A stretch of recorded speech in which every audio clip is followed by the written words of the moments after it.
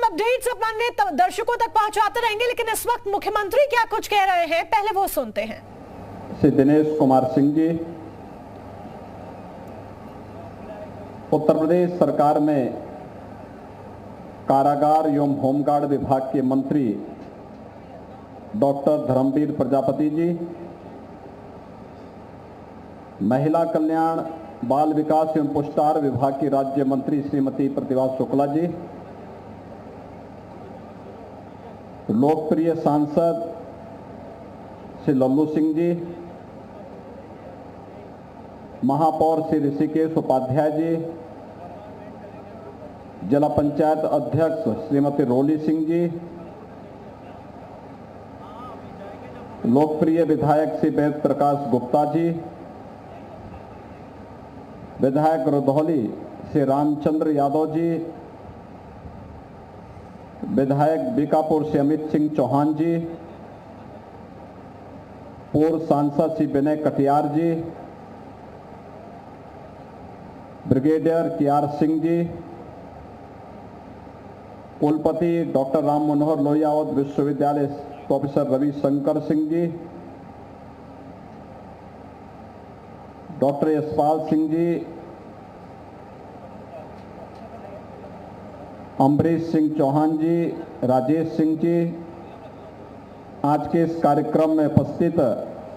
कार्यक्रम के संयोजक अजय प्रताप सिंह जी और उपस्थित सभी राष्ट्रभक्त भाइयों बहनों, ये हम सबका सौभाग्य है कि महाराणा प्रताप के इस भव्य प्रतिमा कार्यक्रम में हम सबको अयोध्या धाम में एकत्र होने का अवसर प्राप्त हुआ है। भाइयों बहनों, अयोध्या का अपना महात्म्य है। सप्तपुरियों में से हमारी एक पावनपुरी है, सूर्यवंश की राजधानी है, मनुष्य के उद्गम की स्थली भी है। इस धरती का पहला राजा मनु इसी धरती पर जन्म लिया था, अयोध्या की धरती पर, और अयोध्या में ही उन्होंने अपनी राज व्यवस्था का संचालन प्रारंभ भी किया था।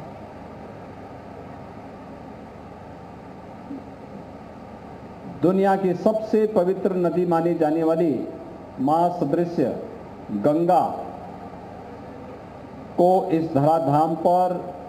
लेकर आने वाले राजा भगीरथ भी इसी धरती से जुड़े थे, इसी अयोध्या के राजा थे। और उसी परंपरा में मर्यादा पुरुषोत्तम भगवान श्री राम का जन्म होता है। मानव रूप में, एक मनुष्य के रूप में, मनुष्य के जीवन में आने वाले हर एक उतार चढ़ाव का सामना करते हुए उस कालखंड में उन्होंने मर्यादा का जो पाठ प्रत्येक मानवीय व्यवस्था पर विश्वास करने वाले नागरिक के सामने जो तय किया, आज भी वह हम सब के लिए उसी प्रकार की प्रेरणा का एक केंद्र बिंदु बना हुआ है। और मुझे प्रसन्नता है कि जब अयोध्या में 500 वर्षों के बाद मर्यादा पुरुषोत्तम भगवान श्री राम के भव्य मंदिर निर्माण का कार्यक्रम प्रधानमंत्री मोदी जी के कर कमलों से प्रारंभ हो चुका है, उन स्थितियों में आप सबने इस पवित्र स्थल पर, मां सरयू के तट पर, गुप्तार घाट के पास महाराणा प्रताप की इस भव्य प्रतिमा का आज यहाँ पे लोकार्पण करने का सौभाग्य मुझे प्राप्त हुआ है। मैं इसके लिए आप सबको, आयोजकों को हृदय से धन्यवाद देते हुए आप सबको बधाई देता हूं, अपनी शुभकामनाएं देता हूं। भाइयों बहनों, महाराणा प्रताप का जन्म 9 मई माना जाता है और 28 वर्ष की उम्र में उनके सामने ऐसा संकट आया था कि जो मेवाड़ की राजधानी चित्तौड़ थी, ये सभी ज्यादातर भूभाग पर अकबर का कब्जा हो गया था। लेकिन अपनी दूरदर्शिता, अपने शौर्य और अपने पराक्रम के कारण महाराणा प्रताप ने अपने जीवन में अभाव की चिंता किए बगैर एक सन्यासी के रूप में, एक योगी के रूप में जंगलों में विपरीत परिस्थितियों में रहते हुए भी अपनी सेना का संगठन खड़ा किया। अकबर जैसे विशाल साम्राज्य के बादशाह को चुनौती दी और अपने जीवन में ही मेवाड़ के उस सभी जितने भी किले थे, जितने भी गढ़ थे, जितना भी भूभाग था, उसे वापस लेकर के भारत के शौर्य और पराक्रम का लोहा दुनिया के सामने प्रस्तुत करने का कार्य भी किया था। भाइयों बहनों, जब भी भारत के अंदर शौर्य पराक्रम की बात आती है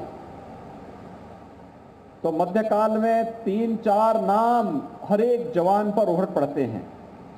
महाराणा प्रताप का, छत्रपति शिवाजी महाराज का, गुरु गोविंद सिंह जी महाराज का। हर व्यक्ति बड़ी श्रद्धा के साथ नाम लेता है कि इन महापुरुषों ने देश के लिए जीवन जिया था, अपने लिए नहीं। अगर वे चाहते तो वे भी उस कालखंड में चाहते कि भाई मैं कैसे लड़ पाऊंगा अकबर के साथ, अकबर के सामने, क्योंकि अकबर के साथ अकबर के पास एक बड़ी सेना है और यहां पर तो भीतर घात करने वाले बहुत सारे लोग बैठे हुए हैं, कैसे मैं फेस करूंगा। वह भी अधीनता स्वीकार कर लेते और अपने मेवाड़ की गद्दी को सुरक्षित रख पाते, लेकिन उन्होंने ऐसा नहीं किया। यहां तक कि जो मानसिंह, जिसने अपनी बुआ को अकबर के यहां भेज दिया था, उसके साथ भोजन बैठकर पाना भी उन्होंने अपना अपमान समझा था और कहा था कि नहीं, मैं ये नहीं कर सकता। एक विधर्मी के साथ हम इस प्रकार से उसे सम्मान नहीं दे सकते जो देश और धर्म के लिए खतरनाक हो। और भाइयों बहनों, मर्यादा पुरुषोत्तम भगवान श्री राम के इस पावन धाम पर,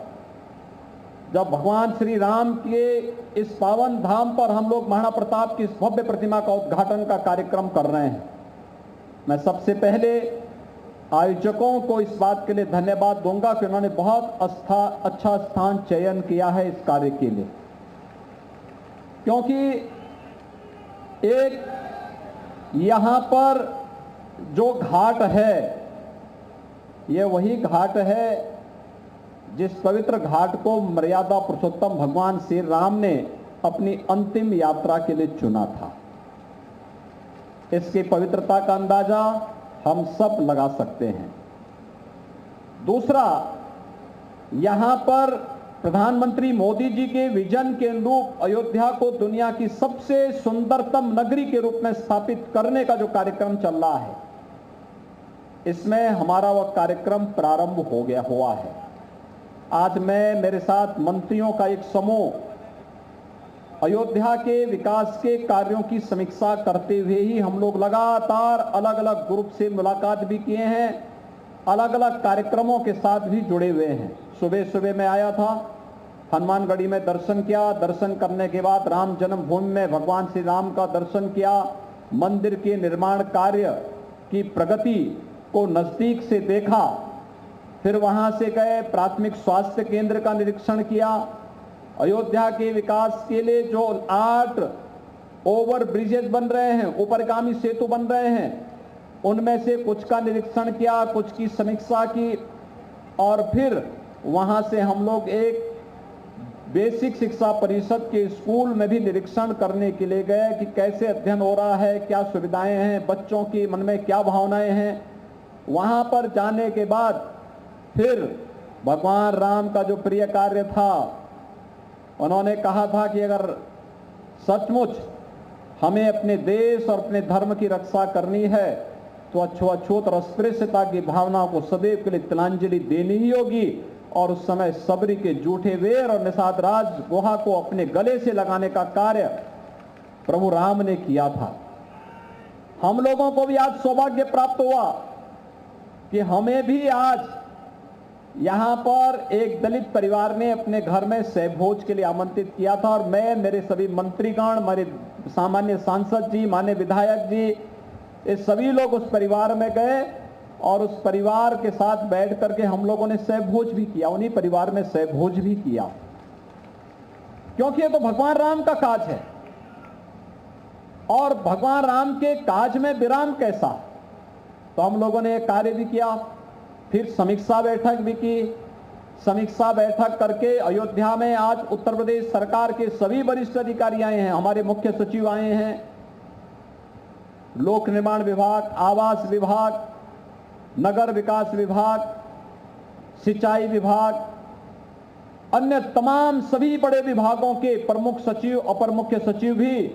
आज यहां अयोध्या में हैं, अपने अपने विभागों की समीक्षा भी ले रहे हैं। समीक्षा बैठक में हमारे साथ थे, क्या प्रोग्रेस है इसके बारे में बता रहे थे।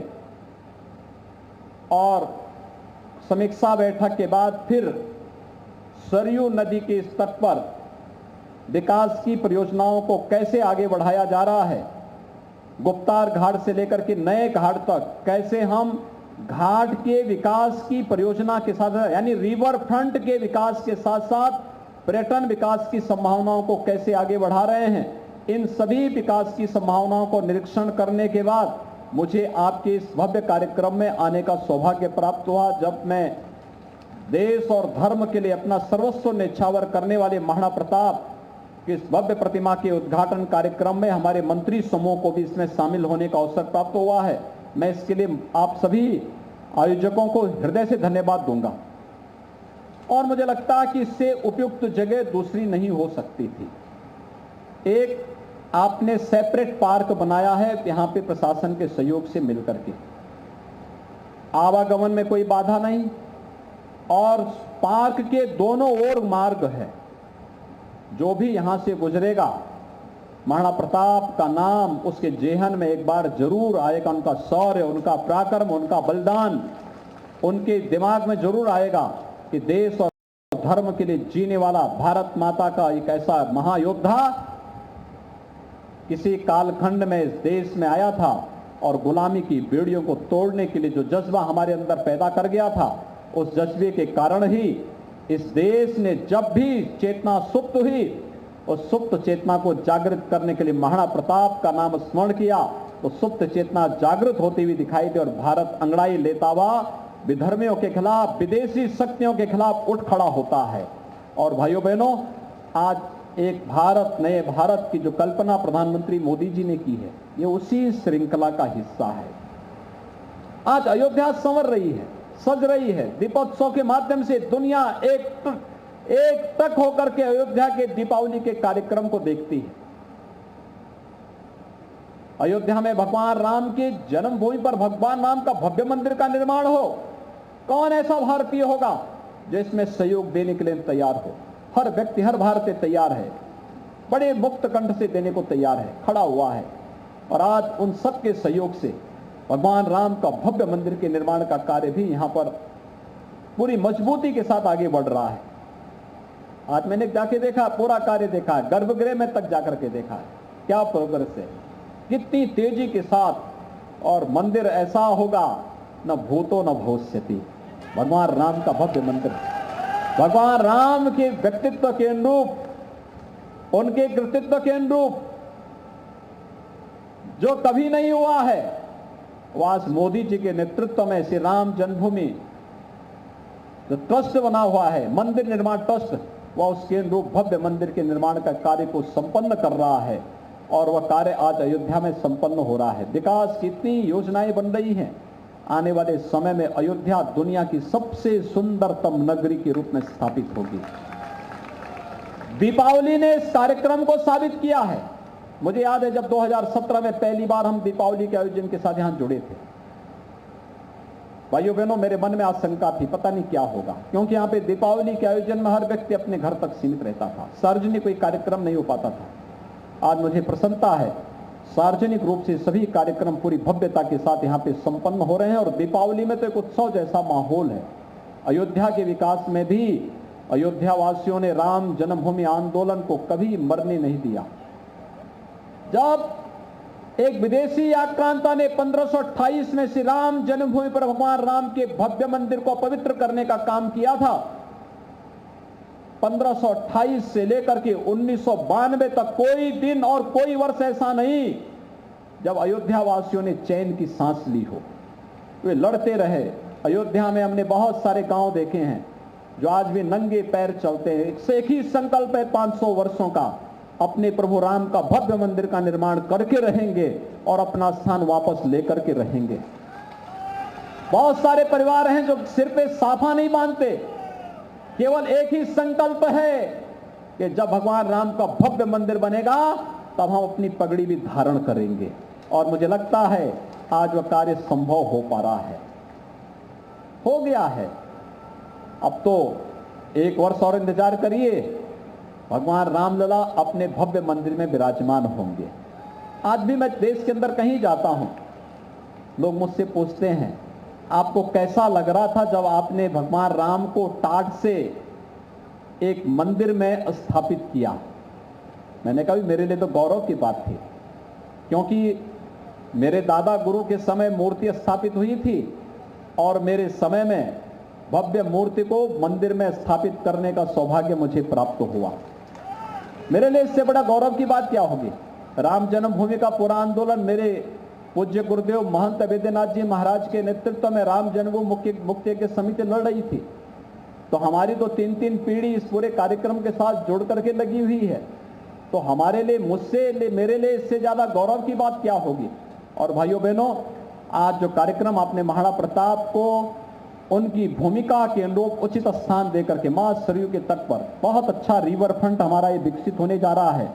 हजारों श्रद्धालु और पर्यटक यहाँ पर शाम के समय आते हैं और सायंकाल के समय आकर के पर्यटन का आनंद मिलेंगे, महाराणा प्रताप की शिक्षाओं से भी प्रेरणा प्राप्त करेंगे। और भव्य पार्क के बीच महाराणा प्रताप की शोभा अपने आप ही अयोध्या के माध्यम से भगवान राम के उच्च आदर्शों से प्रेरणा लेते हुए देश के लिए, धर्म के लिए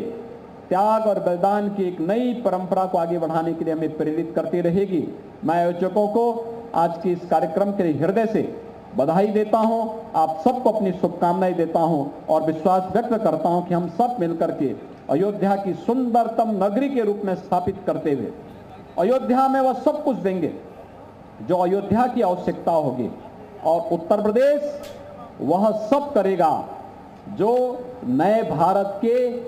आवश्यकता के अनुरूप होगा। उत्तर प्रदेश उसमें अग्रणी भूमिका का निर्वहन करेगा।